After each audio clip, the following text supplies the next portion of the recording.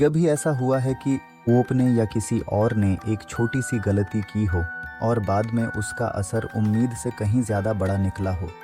कभी किसी निर्दोष के साथ होता हुआ अन्याय देखकर लगा हो कि शायद इसका परिणाम आगे चलकर बहुत भारी पड़ेगा।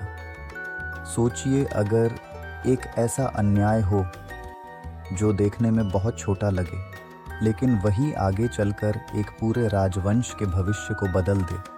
लगेगा कि यह असंभव है, लेकिन महाभारत की इस कथा में ठीक ऐसा ही होने वाला है।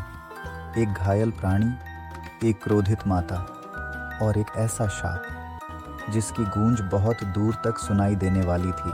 और फिर एक ऐसा पल आता है जहां से महाभारत की मुख्य कथा धीरे धीरे अपने सबसे महत्वपूर्ण मोड़ की ओर बढ़ने लगती है। और अब महाभारत की इस लंबी और अद्भुत यात्रा में कहानी एक नए मोड़ पर पहुंच चुकी है। पिछले एपिसोड्स में कई रहस्य सामने आ चुके हैं।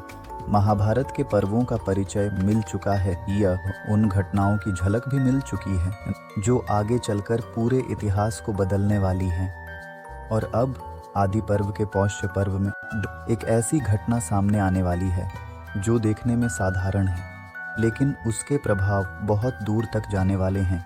क्योंकि महाभारत में कोई भी घटना बिना कारण नहीं होती और यहीं से कहानी का एक नया अध्याय शुरू होता है। उग्रश्रवासूत कहते हैं, राजा परीक्षित के पुत्र जनमेजय अपने भाइयों के साथ कुरुक्षेत्र में एक विशाल यज्ञ कर रहे थे। यज्ञशाला में वैदिक मंत्र गूंज रहे थे। चारों ओर अराशी मुनि उपस्थित थे और कई दिनों तक चलने वाले इस यज्ञ की भव्यता देखने योग्य थी। उनके साथ उनके 3 भाई भी उपस्थित थे, श्रुतसेन, उग्रसेन और भीमसेन। सब कुछ शांत दिखाई दे रहा था, लेकिन अब एक ऐसी घटना होने वाली थी जिसकी किसी ने कल्पना भी नहीं की थी। उसी समय देवताओं की दिव्य कुतिया सरमा का पुत्र सारमेय वहां आ पहुंचा। वह न तो यज्ञ में बाधा डाल रहा था और न ही किसी को हानि पहुंचा रहा था, बस जिज्ञासा से इधर उधर देख रहा था। लेकिन तभी कुछ ऐसा हुआ जिसने पूरी घटना का स्वरूप बदल दिया। अचानक जनमेजय के भाइयों ने उसे पीटना शुरू कर दिया। पीड़ा से कराहता हुआ सारमेय अपनी माता सरमा के पास पहुंचा। उसकी अवस्था देखकर कोई भी समझ सकता था कि उसके साथ अन्याय हुआ है। बार बार रोते हुए उसे देखकर माता सरमा ने पूछा, बेटा तुम क्यों रो रहे हो? तुम्हें किसने मारा? और यहीं से कहानी एक नया मोड़ लेने वाली थी। तब सारमेय ने कहा, माँ, मुझे जनमेजय के भाइयों ने मारा है। मैंने कोई अपराध नहीं किया था। मैंने यज्ञ की सामग्री को नहीं छुआ। मैंने भविष्य की ओर देखा तक नहीं।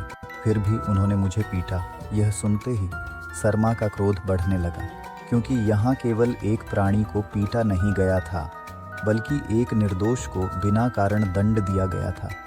तब सरमा स्वयं यज्ञशाला में पहुंची। उनकी उपस्थिति ही बता रही थी कि अब इस अन्याय का उत्तर मांगा जाएगा। उन्होंने राजा जनमेजय और उनके भाइयों से पूछा, मेरे पुत्र ने क्या अपराध किया था? किस कारण उसे दंड दिया गया? लेकिन यज्ञशाला में सन्नाटा छा गया।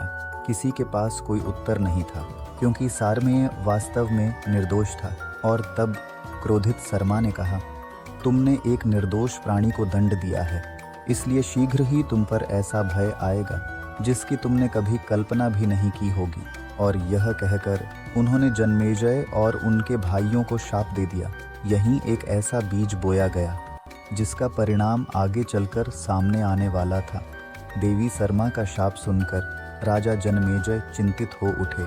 उन्हें समझ आ गया कि ऋषियों और दिव्य शक्तियों के वचन कभी साधारण नहीं होते। अब उन्हें एक ऐसे मार्गदर्शक की आवश्यकता थी जो किसी भी अनिष्ट से उनकी रक्षा कर सके। लेकिन क्या उन्हें ऐसा व्यक्ति मिलेगा? कुछ समय बाद जनमेजय की भेंट महान आर्षि श्रुतश्रवा से हुई और तब उन्होंने विनम्रता पूर्वक कहा, भगवान, मुझे एक ऐसे पुरोहित की आवश्यकता है जो मेरे राज्य और यज्ञों का मार्गदर्शन कर सके। राजा को उत्तर मिलने वाला था, लेकिन उसके साथ एक नई शर्त भी जुड़ी हुई थी। तब आर्षि श्रुतश्रवा ने अपने पुत्र सोमश्रवा का परिचय कराया। उन्होंने बताया कि सोमश्रवा महान तपस्वी हैं और असाधारण आध्यात्मिक शक्ति रखते हैं, लेकिन उनके बारे में एक विशेष बात थी। यदि कोई ब्राह्मण उनसे कुछ मांगता तो वे कभी मना नहीं करते थे, चाहे वह वस्तु कितनी भी मूल्यवान क्यों न हो।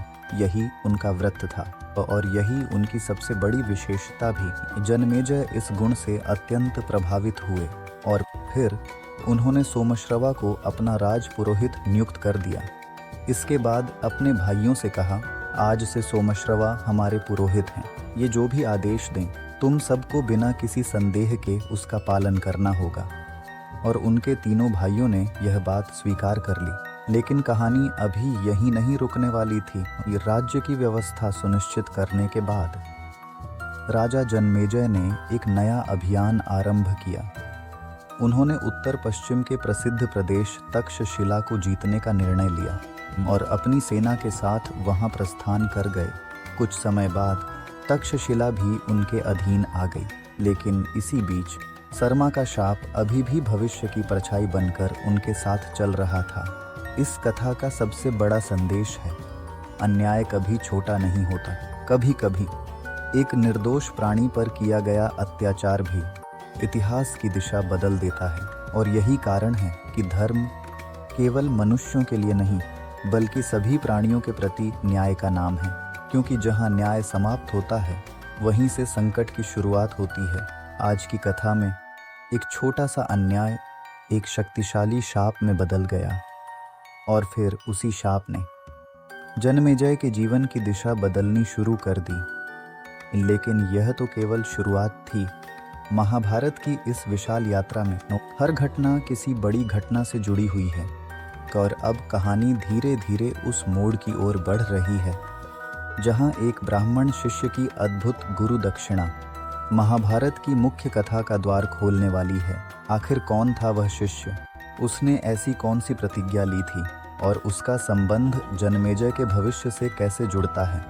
इन सभी प्रश्नों का उत्तर मिलेगा अगले एपिसोड में। और विश्वास मानिए, आगे की कथा और भी रोमांचक होने वाली है। अगर इस एपिसोड ने आपको सोचने पर मजबूर किया हो तो वीडियो को लाइक ज़रूर कीजिए और कमेंट में बताइए, क्या एक निर्दोष पर किया गया अन्याय कभी सच में छोटा हो सकता है? साथ ही चैनल को सब्सक्राइब कीजिए, क्योंकि महाभारत की यह यात्रा अब और भी गहरे रहस्यों की ओर बढ़ रही है। जय श्री कृष्ण।